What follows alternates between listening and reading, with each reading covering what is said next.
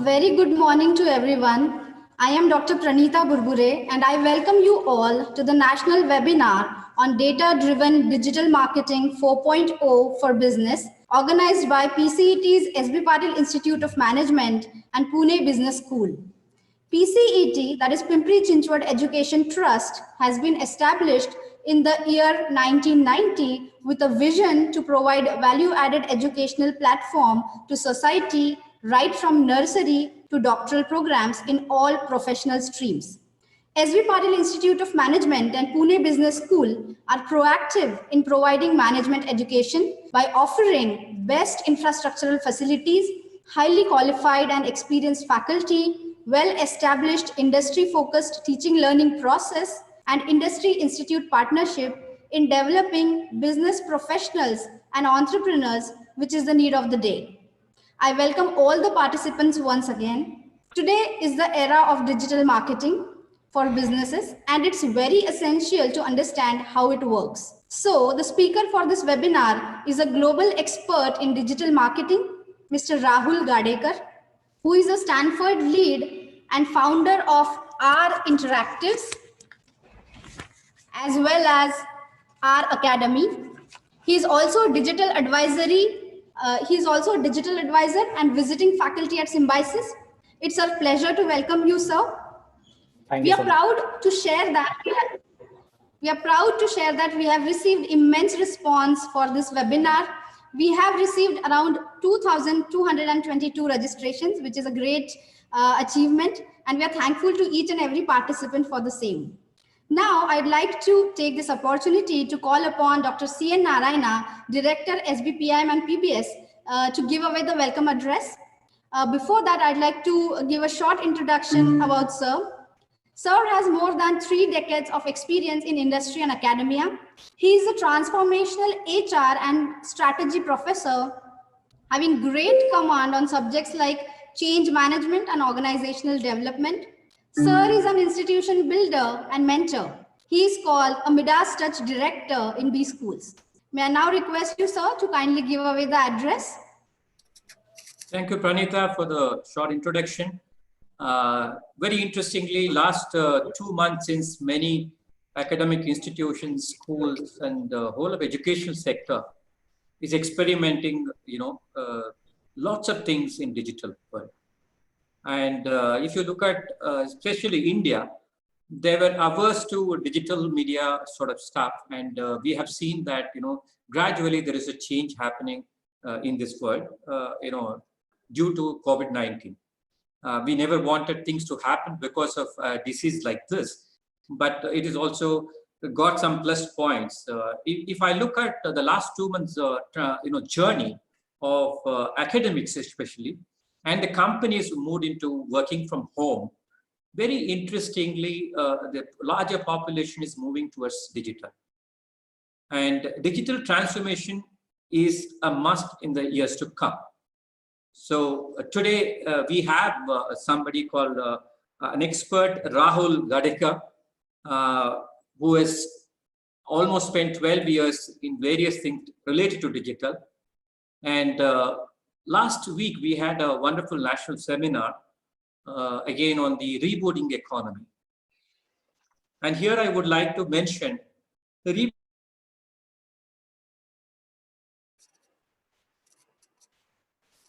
right now, and then they're struggling.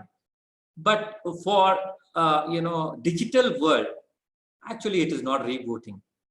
There's a huge boom in if you look at it, the way it is going, everything is going to be digital. That's going to be the future. So you have a digital maturity happening in India. Then we talk about transformation in every single sector. So it is necessary for us to now understand from experts where it is going to be.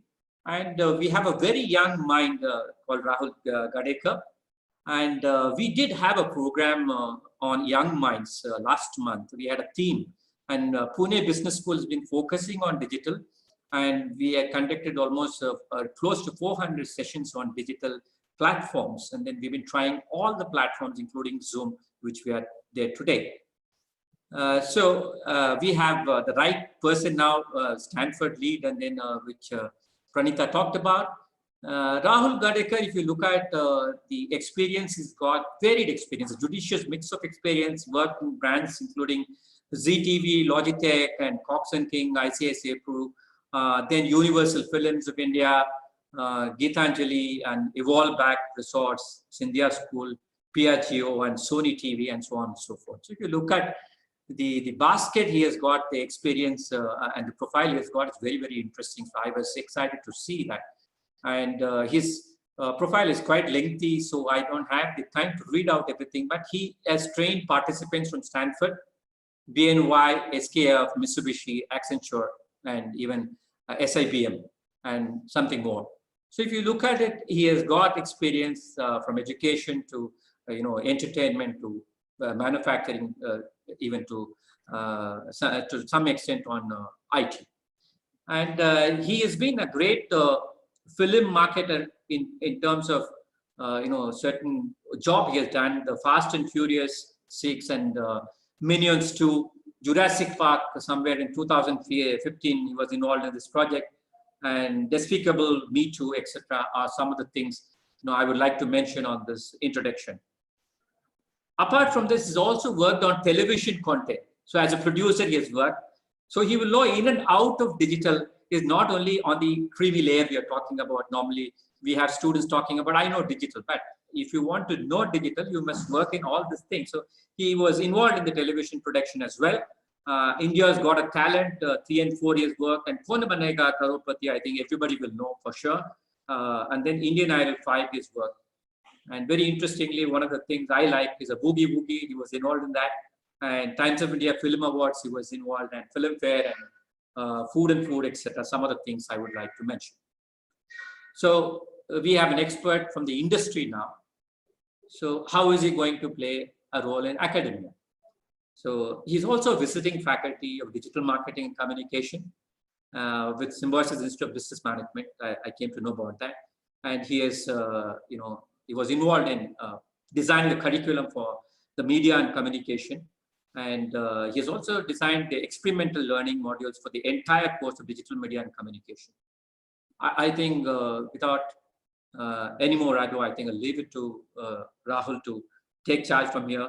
I'm hopeful this session will be very interesting for young minds, because it should motivate people to get into digital and learn the tricks of digital marketing. And also, I'm glad that he has connected this to one of the courses which is offering there. And many of us will have an opportunity to go through the course. And I wish all the best, for this national webinar. I think we should name it international, because even last time we named it national, but we had participants across the globe. And even this time we do have. So I would better put it as a international, webinar series. So thank you, Rahul, for accepting our invitation to be here. And I'll hand over the mic to you. Thank you so much. Thank you so much, sir, for this introduction. Quite an exhaustive introduction. Thank you, Pranita, also for introducing, right? So basically, I've been into various fields of media, and so I'm not an expert, to be honest with you. I'm a learner, right? And I'm here to share my experience. That's what I do when I associate with different institutes or businesses or startup. So without taking too much time of the participants, let's straightly deep dive into what today's topic, which is data-driven digital marketing for businesses. Okay, so I'm going to share screen. So let me know once you see my screen, and then we'll kickstart.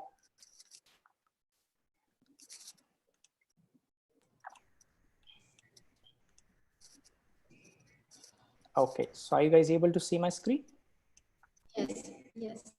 Okay, so basically what I have done is, now, as you know, everyone is getting into digital, and everybody wants to either learn digital as a participant or a student or a professional. Second, every business wants to leverage digital marketing to improve their business, right, in terms of sales, revenue, and so on and so forth. And plus, every individual who is in some or other field is exploring digital and looking at as a platform that, can I start something of my own? So it's also very interesting platform for someone who has spent 10, 15 years in engineering, then he's thinking about being a YouTuber or starting off his blog or starting to sell different products which he's outsourcing from different countries and selling it on Amazon, right? So these kind of varied opportunities digital has given to participants across different industries, right? So as I understand that a lot of people have a basic understanding of digital, so I'm going to move towards one level high and discuss what are the key aspects one should look at when you look at data-driven digital marketing. Now, these couple of aspects include a couple of cases which we have done as a business. Also, these are few cases which we have done with our partner companies, and couple of learnings which I feel going ahead are going to drive digital, right? So let's get started. So the first aspect in data-driven digital marketing, which is going to boom and going to be the key driver for driving success to any business, is going to be something called as DCO, which is called as dynamic creative optimization. Now, what happens in the typical ecosystem of digital marketing, of display advertising, a lot of advertisers push in media in order to push their products, services across audiences. But if you look at, majority of them do not succeed through display, because display acts largely as a channel for awareness and reach, right? But how do you drive more value from display advertising, as majority of the budgets are going there after we look at search, right? So there are a couple of cases which we did with our partner company, and here I'm going to demonstrate a few cases and show you how DCO is acting as a very important role in the entire process of user acquisition, user engagement, and user interaction. So the first case is for a campaign called as, okay, before we get into DCO, let me just give you a brief definition of DCO. Okay, so what does DCO means? DCO refers to serving display ads through programmatic media or advertising with the help of real-time technology that adds scale, personalization, automation, and a storytelling approach. As I was talking about display, where a lot of businesses don't drive value from it because there is a static communication which is going and put across different audiences. If I see one property ad again and again, or one product ad again and again, and if my intent is not there to buy, definitely it's going to be annoying and I'm going to ignore that ad. So how do you further build down the journey and get interaction built in the user journey process on digital, right? So let's understand with few cases directly. So the first case is for IPL 2017, which we did. So the challenge, or I would say the brief of the client, which was Hotstar for IPL, was that they wanted to do something in real time, right? They want to engage users in real time, right? So as you know, Hotstar is one of the broadcasting providers for IPL. So they wanted to do something different and drive more engagement during the matches when they were live, and drive subscribers during that time. So one of our product head said, why don't we do something which drives real-time engagement by highlighting different aspects which are happening in the match in real time. So for example, let's say the match is going on between two teams, okay? And let's say Kohli is at 96. In the real time, okay, what if my banner says or my ad creative says Kohli is at 96, will he make a century or not? Watch IPL on Hotstar live now, right? So what happened, this thought came in wherein we understood that a lot of people who are cricket fans are very exposed to different kinds of medias, including social websites, where they go and keep on checking real-time score.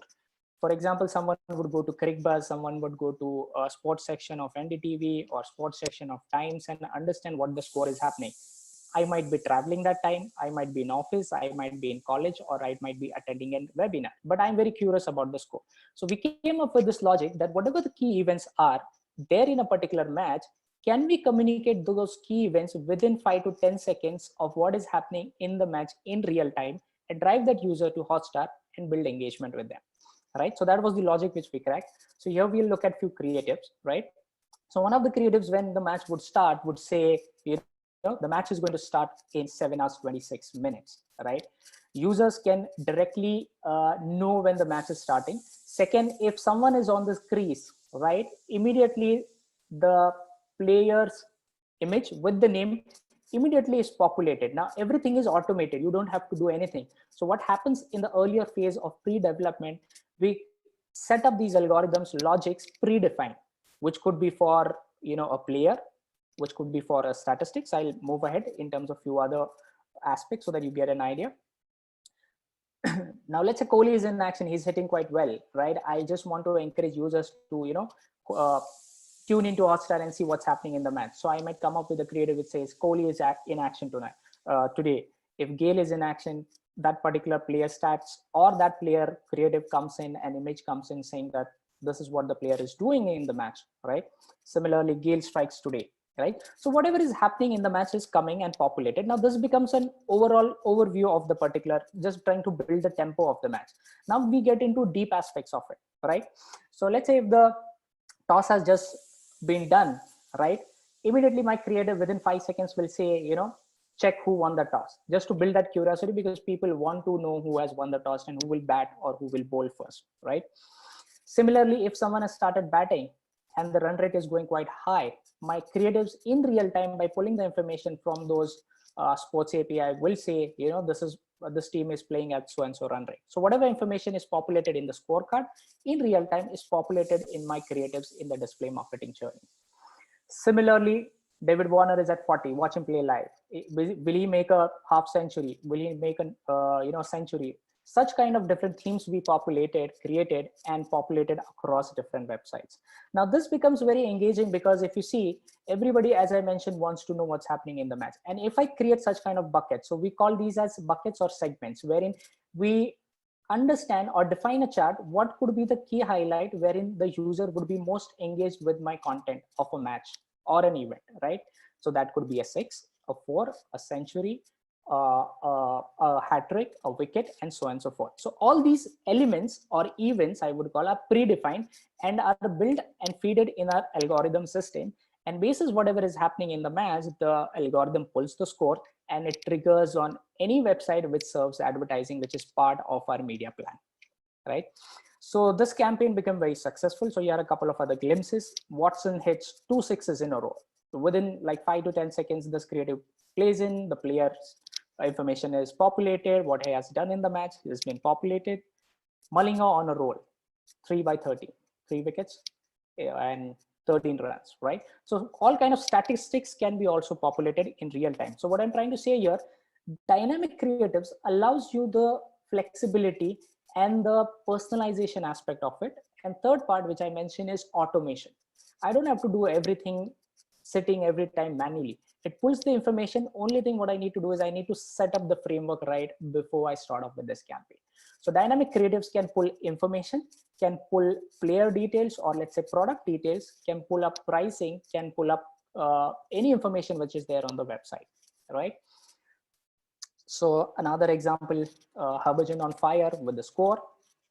Hardik Pandya hits 2 6s in a row, right? So you're seeing how now the communication is getting more personalized player by player, right? And that becomes my cornerstone of the strategy, because in every match we are either one, we are inclined towards our team, and second, we also had an inclination towards a player that this person should play well, this guy should take so and so wickets, right? So how do you build those moments, which is also again called as moment marketing in the marketing space, right? You capture those moments and populate those moments within the environment of what is happening, right? Then we also target regional users through different languages, including Hindi, Gujarati, Marathi, and so on and so forth, just to drive more traction from the audience which is available, because here we don't need to do anything because algorithm is already in place. Only thing we need to be vernacular in our communication language. Now, this was the logic which we implemented for 2017 IPL, 2018 and 2019. And after, right, so there was a success, huge success, and a couple of brands appreciated it. And we also did a similar logic campaign for FIFA 2018 in India for Sony, right? So in football, what could be the different aspects which I can trigger in real time in dynamic creative? It could be a score, it could be a penalty, right? It could be a red card, right? It could be player statistics, right? It could be extra time, and so on and so forth. So whatever are the key moments, red card, yellow card, penalty, shootout, so on and so forth, hat trick, those all key events are pulled and the momentum is built within the moment marketing entire framework, right? So that gives me one, trigger point or a motivation as a user. Key, oh, let me just go and watch this particular match. What's going to happen next? I'm quite excited about it, right? So that's how you drive real-time users and then engage with them. And some of them convert, like for an example, Hotstar, some of the users convert, right? But the key objective is to drive engagement in real time and get them to the platform. Once they are on the platform, the entire funnel of remarketing then further starts. So you have a pool of audience who is interested, and further remarketing audience you have already built in. So that was an example of a dynamic creative or data-driven creatives. A lot of brands say now people or businesses who are in the technology space are also getting into AI-driven creatives, which we haven't got into. So they are trying to power these creatives with different algorithms which are more robust and can communicate more effectively basis users' behavior. Now, another example for Flipkart I would like to give you, because this is very common. We visit Amazon, we visit Flipkart, we visit Myntra, and so on and so forth. Let's say I want to buy a particular phone, or let's say I want to buy a particular product. What happens in the remarketing journey? That product keeps on following me, and at point it becomes so annoying that I just don't want to see that ad, right? Though I was interested in that product, right? So in that remarketing process of traditional remarketing, what happens? One product keeps on following again and again, and second layer could be some recommended products will also follow me. So we said in the entire remarketing process, let's say if a user has added a product in the cart and he has a liking of a particular product, or he had an intent to buy a product, how do we further define the journey of remarketing to that individual user by communicating key aspects of the product? So let's have a look. So let's say I have, as a user, added a product called a Samsung J7 Pro in shopping cart in Flipkart, and I did not buy that product. Now what would happen? This product will follow me as a regular in the regular remarketing framework, or I would see similar products within the price range of this kind of a product. So now we said, let's define a story about this product, because one of the key aspects of marketing is understanding the persona, understanding his needs. What are his buying motivations, right? That these are all principles of marketing. So I'm not getting into that. So basis understanding the requirement of the user, we understood that in simple words, for a mobile phone, there are 3 to 4 aspects which someone is very keen to look at. One is the product feature. Second is reviews. Third is the price, right? So can we communicate and build a story in a sequential journey and tell him this particular story? So the first creative in the remarketing journey will be about camera for low light pressure. Now I'm talking about only one attribute, which is the product feature, right? That is my remarketing product. Now I'm not talking about the entire phone. I'm only talking about one feature. The second creative which he sees in the remarketing journey talks about social camera aspect of it, which is again a product attribute feature, right? So again, I'm highlighting feature aspect in the 2 communication journey, which is an individual ad set.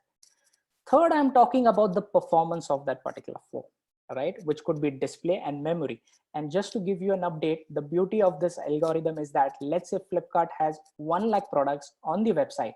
I define this framework once, and I can pull any information of products which are there on Flipkart and package them in my algorithm journey. So I don't need to create a different algorithm for, let's say, iPhone product and define the story. So this is screenshot 1, or I would say ads communication 1, 2, 3. So let's say now the product changes. Let's say if it's iPhone 7, all the information about iPhone 7 will be populated here dynamically for a user who has or who added the product of iPhone 7. Now the fourth creative, we don't end the journey here. We need to show him a story, because advertising is all about storytelling. So how we further communicate. Now the fourth creative talks about phone under 10,000, right? So best phone, or you try to focus that this is one of the best phone, right? Also you implant that product demo or product unveiling video within the creative itself, so that the user know what the product is. Next, we pick up all the reviews which are there on Flipkart and pull them and embed in the creative itself dynamically, right? So you don't have to again manually sit and keep creating these creatives. So a lot of people, when they are on Flipkart or any other website, look at reviews. Reviews become one of the motivation factors again to go for the product, right? Then the 6th creative talks about, delivery time. I focus on how easy I can deliver. So can I say, by looking at his geolocation where the ad triggered, what is the time frame I can define in real time to this user, whether it's 3 days, 4 days, or tomorrow? I can pick up that information in real time and I can tell him this product can be delivered in 4 days or 3 days. So imagine the connectivity of the user with that particular product, how it is increasing creative to creative. Next, we personalize a particular offer to him and create a countdown saying that this offer is going to end within so and so. Now this is only for him. He is only seeing, nobody else is seeing, right? And the last creative journey talks about special discount for him. This is again created only for him. If somebody has visited that page but has not added the product, he will not see this journey. So imagine the beautification of telling a story to a particular user about that single phone, then just telling this phone it has 10,000 rupees, buy now at 20% discount. The chances of he coming back to my website and buying the product are immensely higher compared to the way I'm doing traditional remarketing in the traditional environments, right? So that's the beauty of it. So here what you do is you segment data, and basis data, you create a framework which then defines these communication pieces which are pulled from different web pages of any website. The only condition is that your pixel has to be on that particular website. That means that website allows you to pull that information, right? So this is a case for Flipkart. Now, another example I just want to give you, because how beautiful this particular attribute of data-driven marketing is in the food ordering system, how it will work. Because we have seen for events, IPL matches, we have seen for e-commerce. Now, let's say food ordering. Now, food ordering system, again, every platform owner has all the data of the user. What items I have bought, when I have bought, what was the average ticket size of it, what was my user behavior, what was my ordering pattern, how many I did COD, how many times I ordered Chinese, how many times I discovered orders and then ordered, how many times I did repeat orders. So all the information is there, which is passed by the advertiser to different publishers, or I would say the players who are platform owners who can do remarketing or customize dynamic operations creatives. So we said we have so much of data. Why to run? Because first, if you see in the startup system, the race was to acquire new user. Now the race is not to acquire new user. The race is to retain that and increase repeat purchases from the existing audiences, because the value increases of any business in the startup ecosystem is by repeat purchase, right? So how do you increase repeat purchase? Then find out a new audience, get him download the app, then discover products or let's say dishes, and then he buys the product. So we said, let's identify the users and profile these audiences and do a hyper local targeting. For example, for Swiggy, what we did is, let's say, for example, someone who is in Chembur, and we have a profiling of that audience by collecting data for, let's say, last 30 or 60 days. We know what items he has ordered from, Swiggy. We have the history. Now, what our engine will do is pull up different dishes which are similar to these dishes and circulate those dishes on ads. I'm not talking about mobile application. Mobile application, anyways, it will happen. I'm talking about going outside the mobile application and telling him that you can order this and you are in Chembur and this order can reach within 37 minutes. So I'm again doing a hyperlocal targeting, understanding his location, understanding his food aspects, what has been ordered in the past, and basis that I'm recommending him to buy something more which is served on different publishing website which he's browsing, not within the app. He's not on the app. So imagine the beauty of it, of data and leveraging that data to different ad units.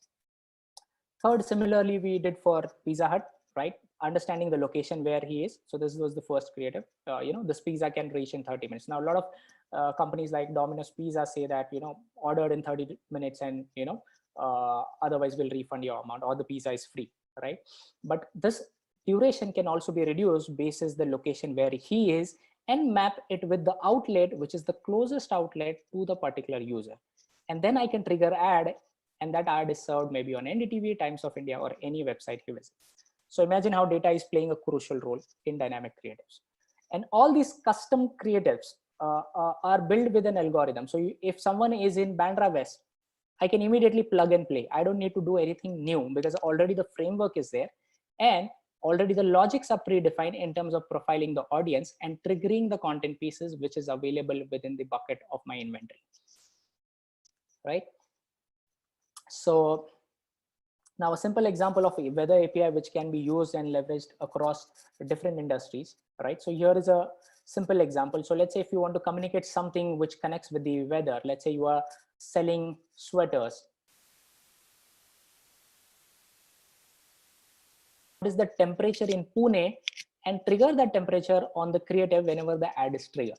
Or you can trigger any communication with respect to that particular weather. For example, for Parle, what we did, it was largely a branding campaign because nobody would buy a biscuit as a standalone unit on an e-commerce or a site like BigBasket, right?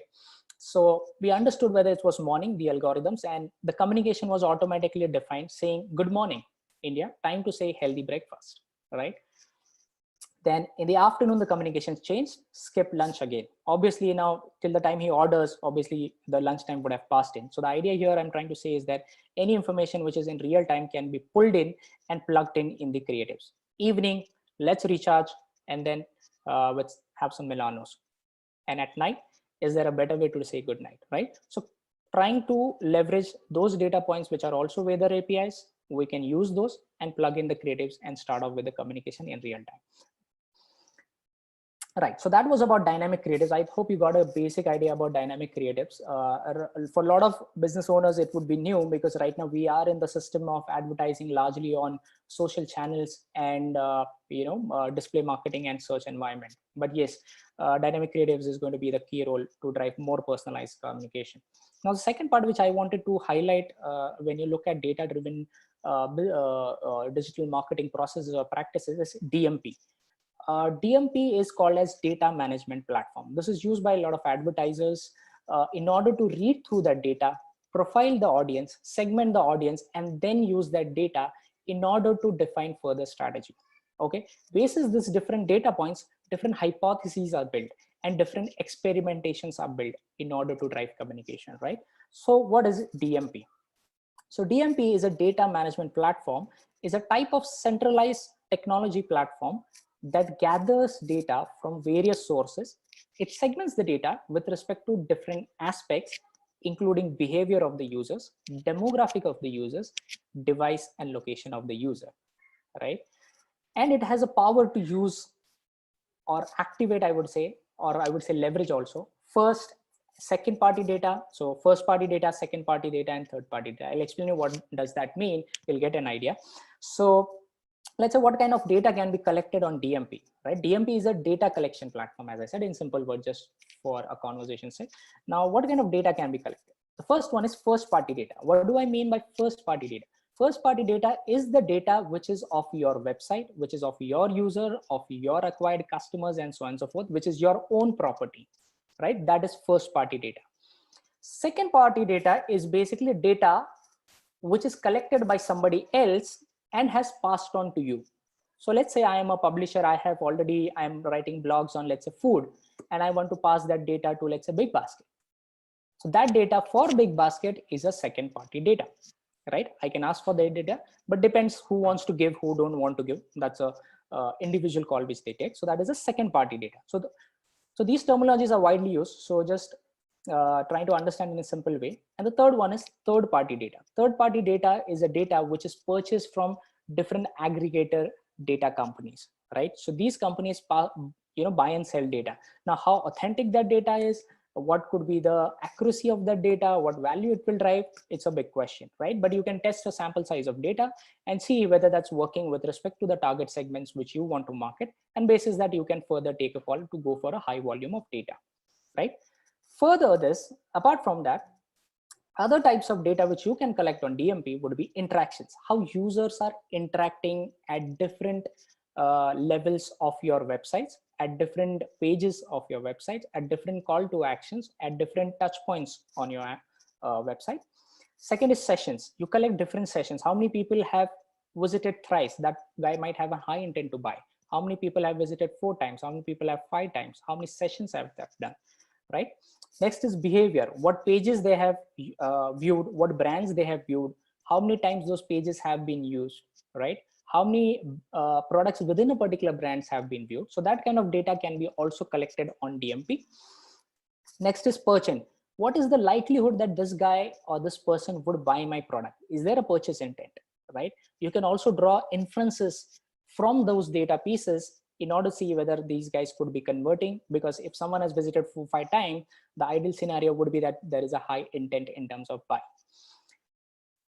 And the last one is interest based. What is the interest of that audience who has visited my website, and what other segments of interest areas I can target and find such kind of a similar audience, right?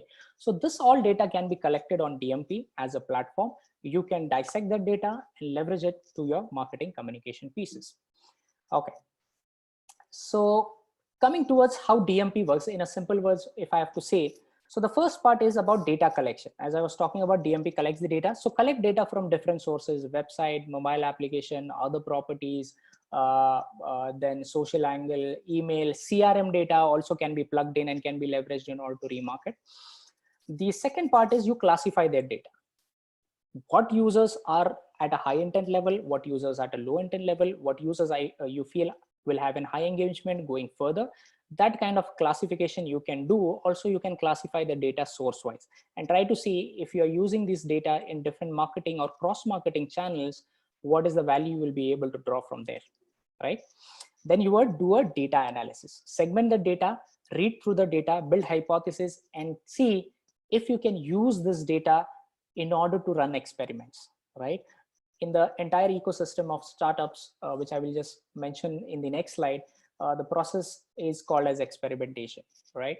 So this data has been analyzed, and now I will build an hypothesis on that analysis, and then I will run experiments.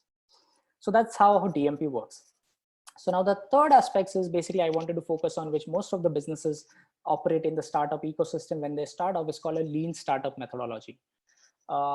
This is by Eris Moss, one of the persons who came up with this concept. It's called lean startup. So what is a lean startup? Now, you guys might be having an idea. You guys might be at some level of the product. You guys might be marketing the product. You guys might be experimenting with different attributes or features of the product. So what is a lean startup model? So lean startup model's first concept is, first you have an idea, right? Whenever you have an idea and you feel that will drive value or solve a particular problem, start and code immediately. Try to create an MVP. MVP is basically a minimum viable product. Do not think I don't have funds. Do not think I need 5 team members or 10 team members in order to build that product.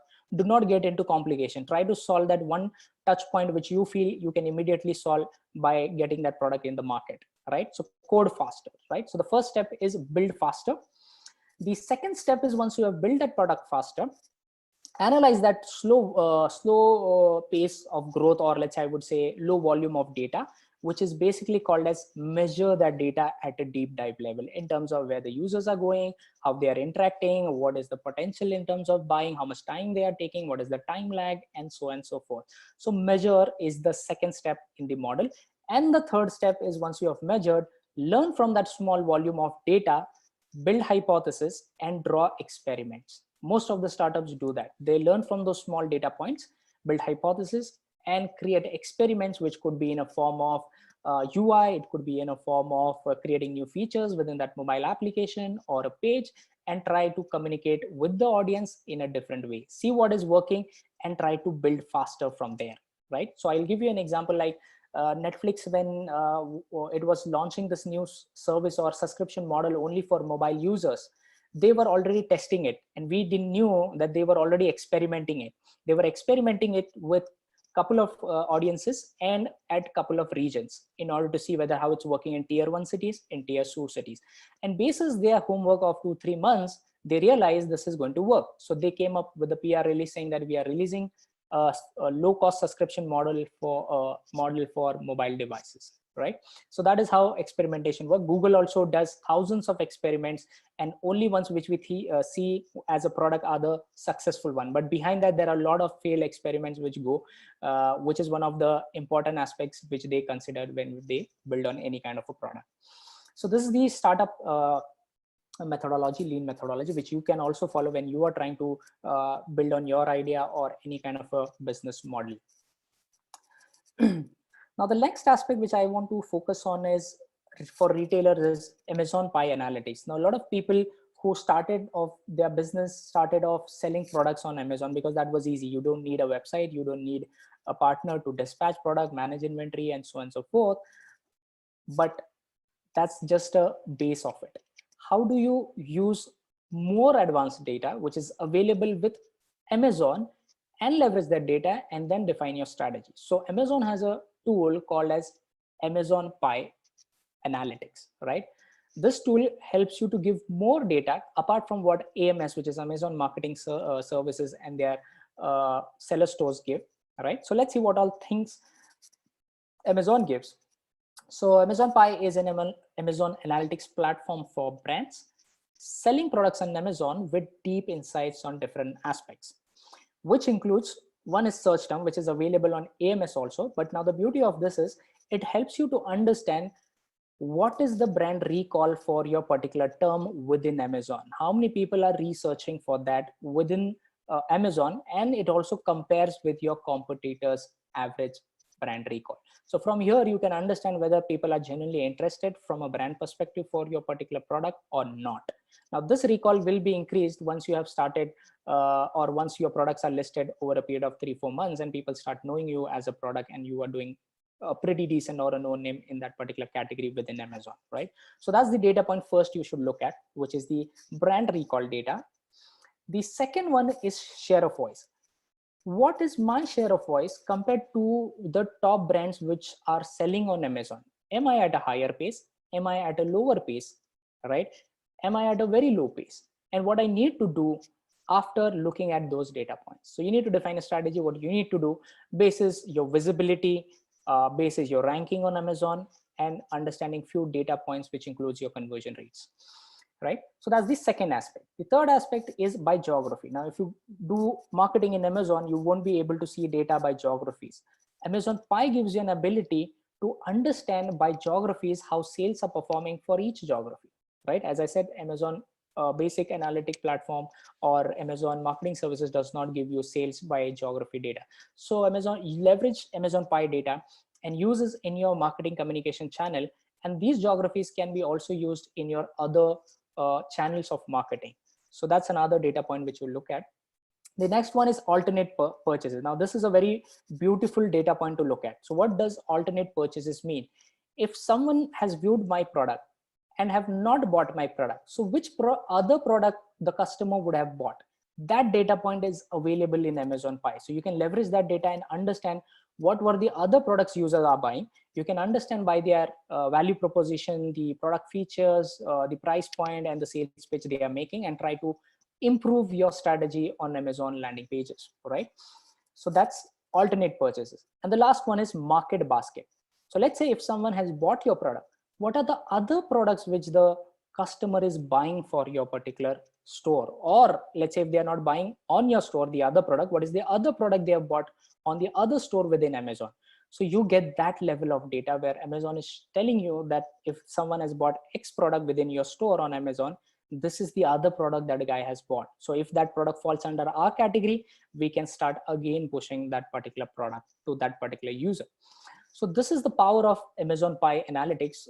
I wanted to focus on because you would be having sourcing products from different sources. Maybe it could be in apparel, footwear, or mobile as a category. So how do you make sure you leverage these data points and drive more value to the business you are making through Amazon, right? So now coming towards the last part, which is another data point which most of us have heard is called as personalization, which is marketing automation. Everybody knows as concept what is marketing automation, but a lot of people actually deep dive and do marketing automation, right? And a lot of people think that you need a lot of data to do marketing automation, but small volume of data also you can do marketing automation. So I just want to highlight few aspects of it. There are a few other deep dive level of aspects which I'm not touching this. The idea is to give you a framework about how you can start off with and then move ahead in the further process of marketing automation. So let's say a user has come to a website and he has viewed a product on your website, or let's say he has added a product in your cart. Now what happens when a product is added in a cart? Already you have the email ID if you're using a marketing automation platform. and if he's logged in. If he's not logged in, then you won't have this email ID or a phone number, right? So let's say he's logged in and you have all these contacts like emails and phone numbers. Now, the first step which comes in the marketing funnel or the automation funnel is called as micro segments. Micro segments is basically pushing that audience with different communication pieces across 3 items. One is emails, pushing him emails. Second is SMS, saying that buy now, the offer is only valid to you, and so on and so forth. And next is in-app notification. Every time you open, Flipkart app or any other app, which is a shopping app, you will see these kind of notification coming on. Now, this is a very standard practice which everybody follows. What's the only good part to do this is it has to be an immediate effect as soon as the product is added. Now, I'll give you an example what happens, which you can try also. If you add a product in a cart and don't buy the product for, let's say, 1 day or 2 days, Flipkart or Amazon will push an offer to you saying that get this product at 20% discount. Now that offer is only for you, right? So imagine how they are trying to sell us. Second thing what they will do is, if you revisit that page, they will drop the pricing for you in order to think that you might buy the product by looking at the price, right? So that these are the touch points where they try to build it. So first is micro segment. The second part is remarketing, which we follow in our traditional digital ecosystem, which we use through Google, Facebook, and other social media channels, right? So one is display. Second is social, as I said, which includes Facebook and Instagram.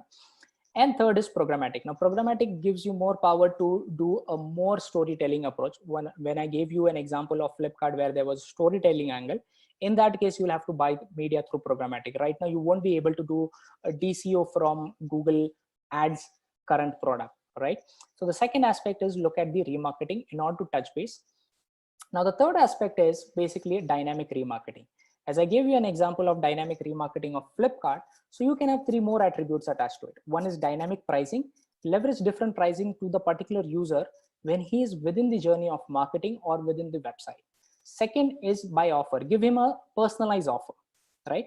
Third is define a sequential messaging, which we again saw for an example like Flipkart. Define a sequential messaging. It has to follow in the same sequence where you tell a story. Now, this sequential messaging can also be applicable for any kind of a business, whether it's OTT platform, whether it's a travel business, it's a hospitality business, any kind of business. Only thing what you need to do as a marketer is define the story, right? What story you want to define. First, define that framework. Logics can be defined later in the funnel. And the last part is basically dynamic content. So whenever you are on website, you must have seen that, dynamic content flows in. So understanding different touch points and understanding different user interactions and different behaviors within a particular site, you can have 3 more options wherein you personalize the content piece on the website itself by showing recommended, or I would say similar products.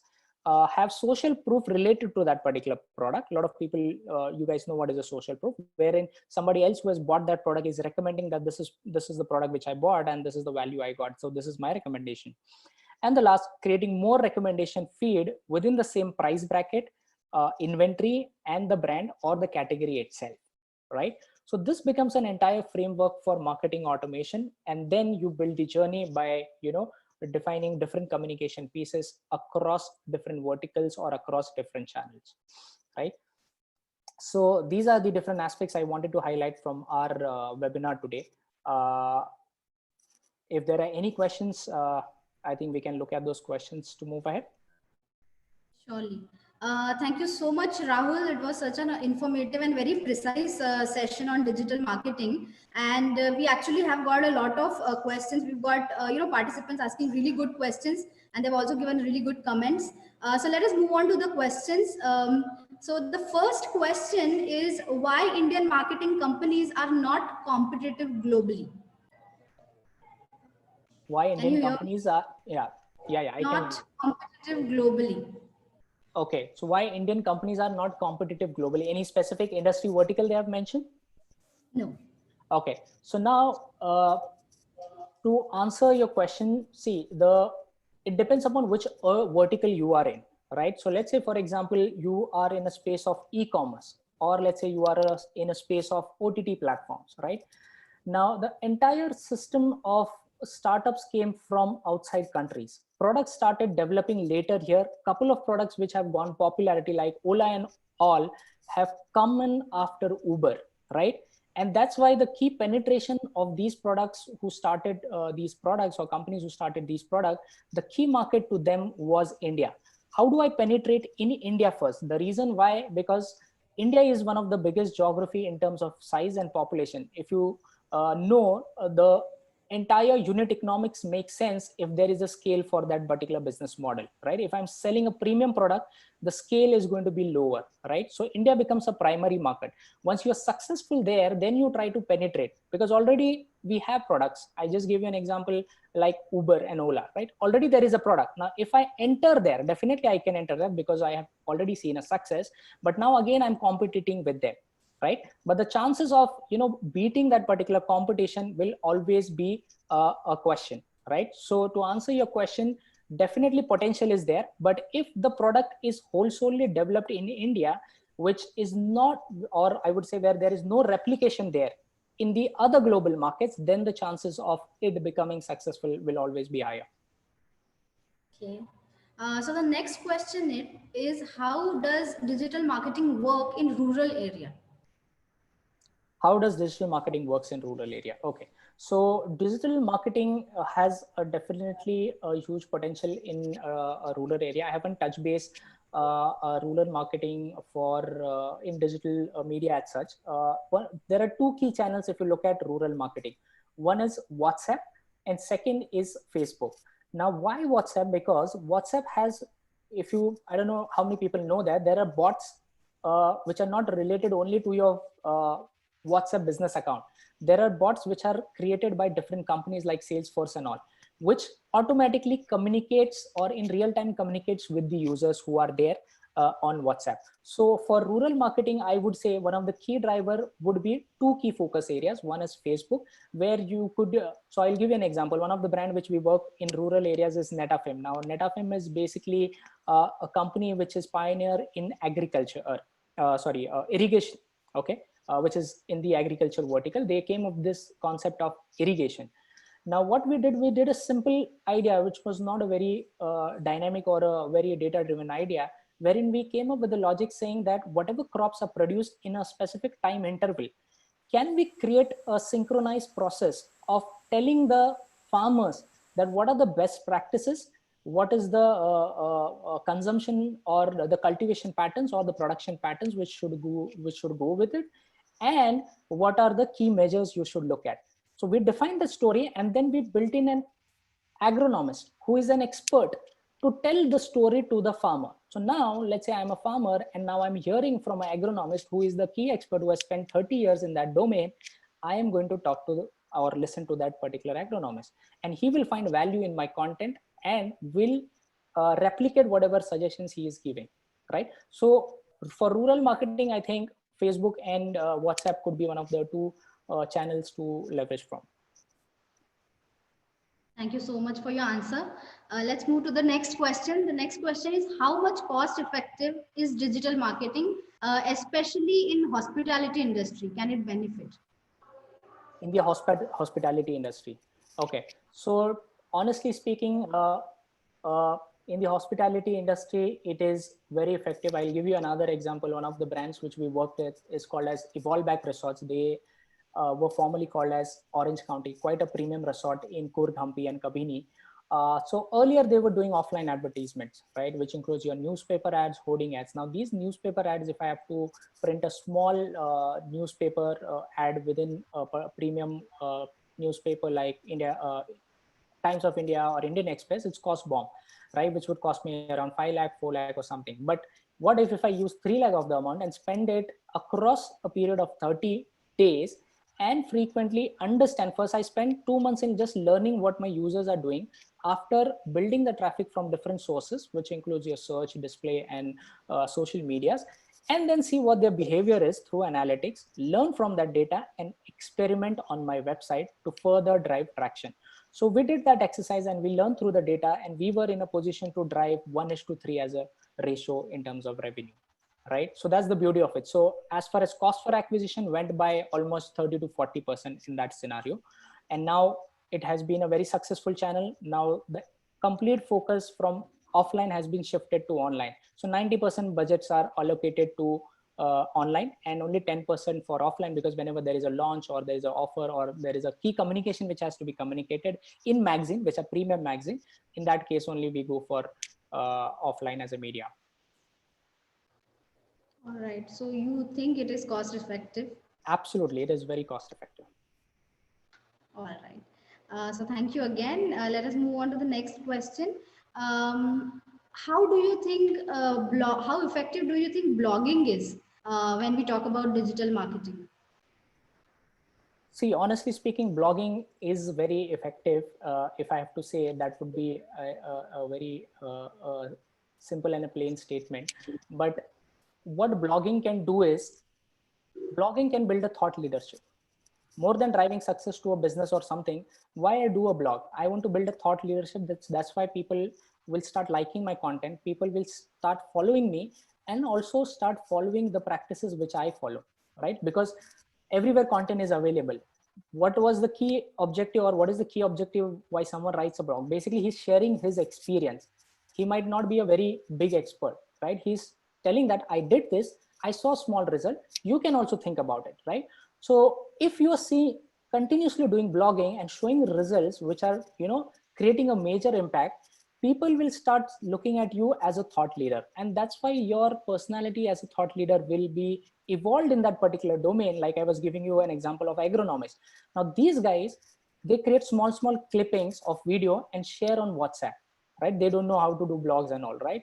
So basis those clippings, they have built up a follower base, and now they have come up with YouTube channel where people go and follow them, right? So that is YouTube blogging. So blogging has a potential. I would say it is very effective if you want to build a thought leadership in the space. Right. Thank you again. The next question is, how can we make listing of products? Listing of products, you mean to say in e-commerce? Maybe digital marketing wise, I don't know. This is the question. So let's say if you're talking about listing of products, you mean, let's say if it's an e-commerce business, I'll answer that. So if it's an e-commerce business, which I also work with a couple of small companies who are getting into, who don't have actually a website at all, but they are selling on Amazon. And now the idea is that they want to move from Amazon to their independent website, because all the data is available for me. So if you're trying to do a listing of products of your inventory, try to do minimum or maximum, I would say 20 SKUs. Do not get into a very broad range of products. Only focus on minimum 10 to 20 SKUs and list those products on Amazon, and try to inculcate those products with your brand name. Because what will happen is, if the product gets successful, let's say it's a white label, though you have the potential to build it as a brand. If people start liking your product, you can further leverage that product on your website and drive revenue from there. So a lot of businesses do that. And a lot of people, I would say before COVID, there are cases which I can give you an example of. A lot of people took products from China, which were related to small items related to furniture, frames and all. They started selling on Amazon, and now they have started creating their websites and so on and so forth. So if you have to list products, make sure you have a minimum list which has the maximum potential you see you can drive value to the customer with a maximum profitability. I think everybody is quite interested in this digital marketing. So like the questions are really pouring in. Okay. And yeah, all the participants want that their questions should be asked and answered by you. So the next question is, how can one target bottom of pyramid consumer by using digital marketing?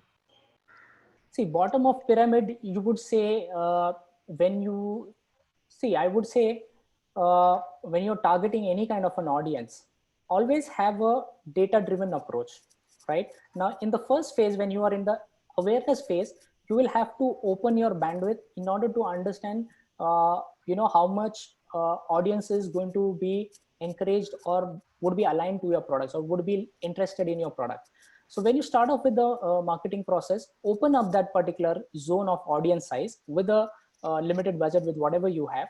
Focus on one niche product and one particular area bracket, let's say for a geography, and try to experiment there in terms of how users are reacting for that product in that particular geography. For example, let's say now I have come up with a product which is, let's say, a dining table, which is an antique piece, which I have built it, but at a very low cost, which in India you will not get, for example. and I know there is a market for antique products, which is huge. Okay. Now try to push that product in the segments where you see that most of the value will come from. So let's say now Mumbai, in Mumbai, South Mumbai audience would be the audience I should target and experiment my product with. Then I might focus on Delhi. Then I might focus on Bangalore and some other areas. So focus on that niche geography, open the pyramid and target these audiences. When you see traction, then you try to increase the geographies and only focus again on those precise targeting audiences which are available in these pockets of your geographies. Do not get into a broader environment of targeting because that will only consume budgets. And if you are a big marketer or a big advertiser, I would say, in that case, budgets are not a constraint. So you have a lot of data coming in, and the idea here is to drive visibility and then moving ahead, drive and nurture them to the purchase funnel. Right. Thank you so much for being so precise. The next question is, I am working in a retail sector. How do you think digital marketing can be applied in retail sector? So as I said, so first thing is, if you are having your own brand or you are trying to create your own brand, as I said, first leverage Amazon as a platform, because this is a very important platform to test whether your product will be accepted by the audience or not, right? Do that. That's once that is done, once you see some traction, once you see that 30-40 orders are coming per day or 50 orders are coming, move towards a platform where you don't get into hassle of creating a website. Create a theme on Shopify, which is your e-commerce store. Shopify is basically a backend for e-commerce. It's like a plug and play environment. Try to focus on that particular platform and try to generate revenue, or let's say acquire users on that platform. Do not get into a very tedious process of building complex things which are not our expertise. Only focus on what your expertise are and try to build that product and try to make that product better and better. Yeah, so coming back to the retail part, so as I was saying, Amazon first, then shopping first, and then start the nurturing process. Because as I said, in the entire environment of e-commerce or food ordering, the maximum orders or the business comes from repeat orders. So if you have a framework for marketing automation, which you can leverage from third-party tools like CleverTap, HubSpot, and Kantico and all, you can further build that process and journey and increase repeat purchases for the products which you're selling on either a marketplace or within your website. All right, thank you so much. So the next question is, globally, what is the percentage of digital driven to total marketing of ad segment? Okay, as I understand from the entire universe of digital advertising, what is the market share for data driven digital, right? If I have to put that across. Yeah. Yeah. Right, So, right. yeah. So globally, I would say it's around at a nascent stage. So it would be around 17 to 18%. Which will be further increased. I think by 2023, it will move to around 35%, right? So most of the businesses moving to, and because of the COVID situation, as you know, all businesses have realized the potential of data. People who are traditional in the mindset of running traditional businesses have also realized that there is a huge potential for using digital as a platform and leveraging that data again and again to increase repeat and nurturing the process of the customers.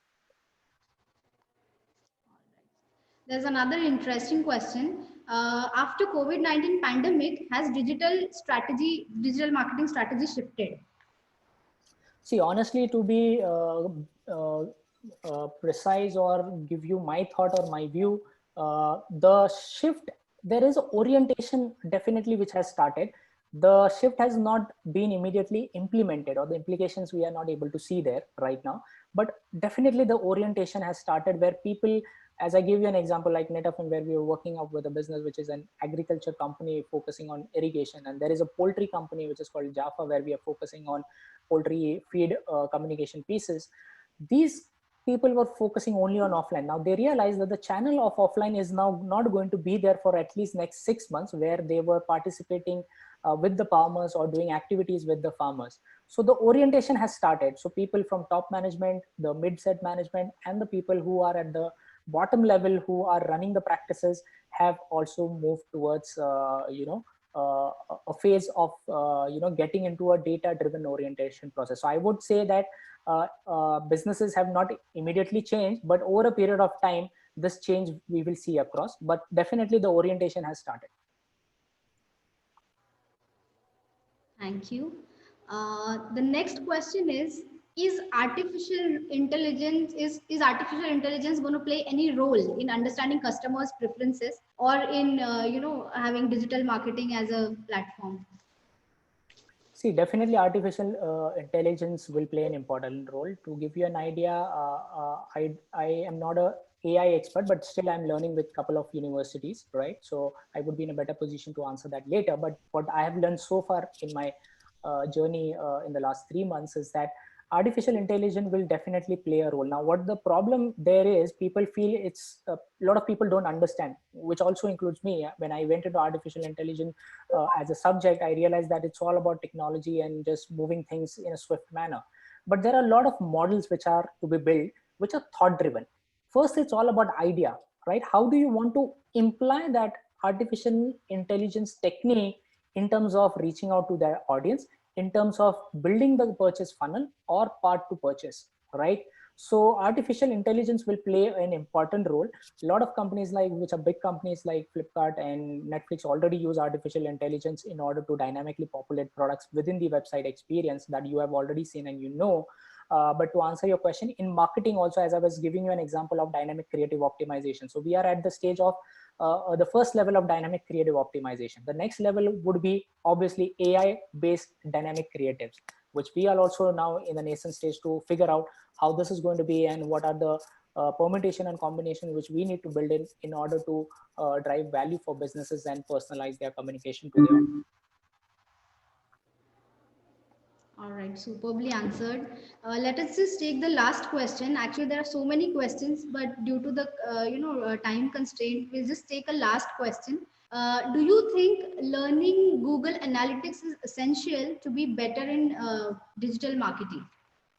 See, I would say learning Google Analytics, Google AdWords, and more importantly, I would say learning marketing as a subject is important, because digital marketing is a subset of marketing, right? So digital comes at the second level, though now it has become a prime channel, but the concepts and fundamental remain the same, which are derived from marketing as the core thought leader, right? So coming back to your question of analytics, yes, understanding, see what happens, Google Analytics and all these aspects help you to make our fundamentals strong. Once our fundamentals are strong, then we can get into complex dashboards. Like now we have Analytics 360, right?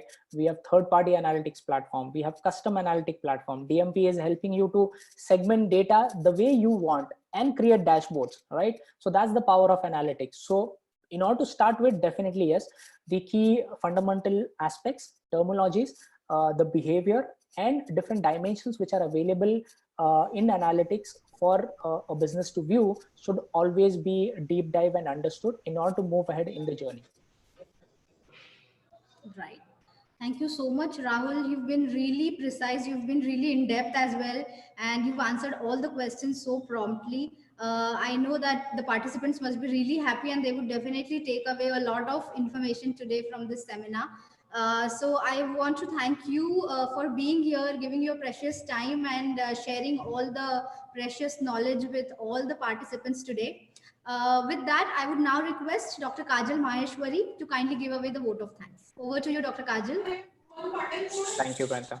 Thank you. On behalf of PCET, SB Patil Institute of Management and Pune Business School, I take this opportunity to convey our heartfelt thanks to the speaker of our day, Mr. Rahul Gadekar, for such excellent explanation on digital marketing 4.0. Sir, you have covered the detailed coverage and also explained the basics of digital marketing.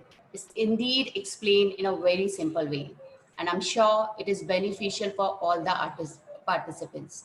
Sir, you have covered the example from the arena of sports, food, retail, and many more.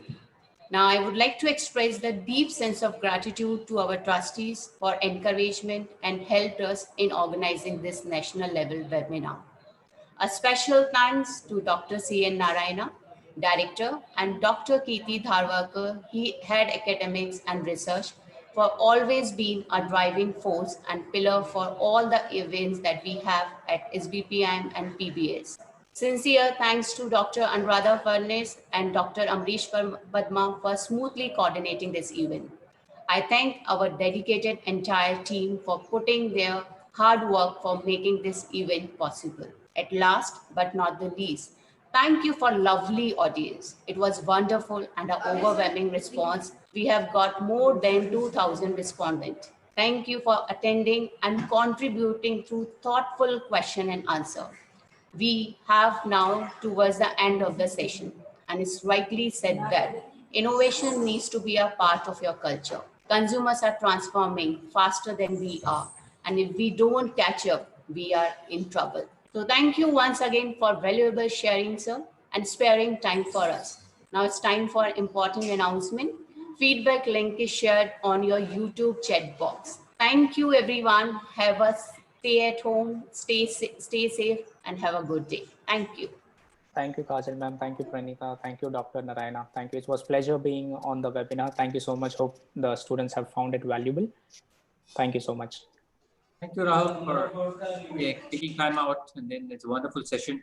So on behalf of Pune Business School and SB Patil, I want to really thank you, and we'll be in touch with you for the programs. Thank you so much. Take care. Thank you so much, sir. Thank you. Pleasure.